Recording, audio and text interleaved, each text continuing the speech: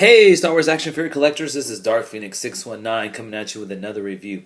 And this time I have my all-time favorite Jedi, Luminara Unduli. The Revenge of the Sith. Luminara Unduli was one of the first figures I ever bought. Almost like, 9 years ago or so. And I'm really happy that they did an update of the character. So I've heard some, complaints about her. We'll see when I take her out of the packaging what I feel about her. So here she is in Black Series packaging, released in 2013. And there she is with her lightsaber. I do say that she does look better, that's for sure. And there's the portrait. And here's an image from the film, one of my favorite shots from Attack of the Clones. And then a little sentence synopsis there if you'd like to pause and read. Okay? So, let's go ahead and take her out of packaging. Alright, and here she is out of packaging. And for the most part, she is a good figure. I definitely think she's a much better version of Luminara. Much needed update from the 2005 version. But I think this could have been a better Luminara Unduli. Definitely not the definitive version of her. So let's go ahead and take a quick look and close look at her. So her head sculpt's pretty nice. I do like the sculpt there of the face. I do like the tattoo underneath her lip on her chin. I think that came out pretty clean. And, the lipstick and the eyes look really good. So the headdress, which is removable, is very nicely sculpted. You can even see some detail there at the bottom of the headdress here on the trim. So some nice attention to detail there. And it is a very nice mold. So you can see that detail that they added there. And it does fit really well on her head, but it is a hindrance. And I'll tell you in a second how.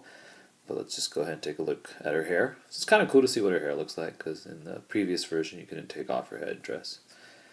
So this is kind of big, and it does stay on tight, but it limits mobility of the head, so you can only turn her so much without this getting in the way and lifting off her head. Of course, the arms will not lift up without lifting off the headdress.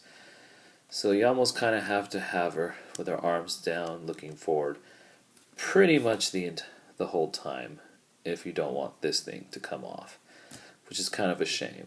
But, I don't tend to play with my figures that often, but those of you who, like you do stop motion, your articulation, poses, really want to get some good poses, that's going to be a problem. So it's unfortunate. Okay, I'm going to just take it off for the sake of the review.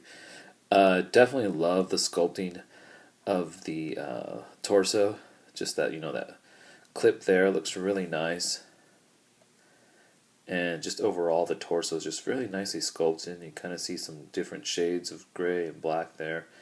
I think that just looks great. Fantastic job there. Then you get this robe, which I didn't really know it came with a robe. I've seen a couple of reviews of her, but this thing is just, the hoodie itself is just all frayed and just looks like if I tugged at it a little bit more, it would just come apart, and it's just not the best shape. It's probably the only other reason that you want to keep this on, just to kind of hide that. The previous version didn't have a robe, and it's nice that we got one, but it just, I don't know, maybe it's just my mind, just in horrible shape. And it's just very frayed right there. It just looks like it's going to come apart very easily. The rest of the robe looks okay. Looks fine, but I don't know. It's removable, so you do have that option. Okay.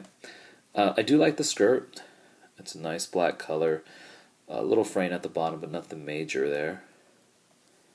And then, of course, my favorite part of the figure is the ornate detail on some of the armor and the sash. So I really, really like that. That's really cool. That was one of my favorite parts of the ROTS figure. Just the detail on the paint apps, some metallic kind of copper and silver there. It's really nice. And then the sash itself. Just really cool. Really, really digging that. Just amazing. The belt itself looks pretty cool too. Got the clips and whatnot. So, and then there's the back of the Kind of has a bluish color to it too. Underneath the skirt, sorry Luminara. Oh, she's got his pants on, boys. Let's cool your engines. So that looks pretty nice. So, there's definitely some pluses to the figure, but some complaints too. Here's a lightsaber, which I think is the same one she had last time. Simple hilt, green blade. As for articulation, she's got a ball jointed head, ball hinged shoulders, ball hinged elbows, swivel wrists, swivel waist, swivel hips, ball hinged knees, and ball hinged ankles. So fantastic articulation. So, despite her shortcomings, I do like the figure. Definitely think it's a much needed improvement over the last one. And I do like the overall look, but I think I might display her without the robe and keep her headdress on facing forward. Definitely highly recommended, but definitely get her for retail. If you're a Jedi fan, she's definitely a much needed figure in your collection. I love my Luminara, so I definitely had to add this one. Alright, you guys, check your local stores. She is popping up. I picked her up at the Disney store. So until next time, you guys, may the Force be with you.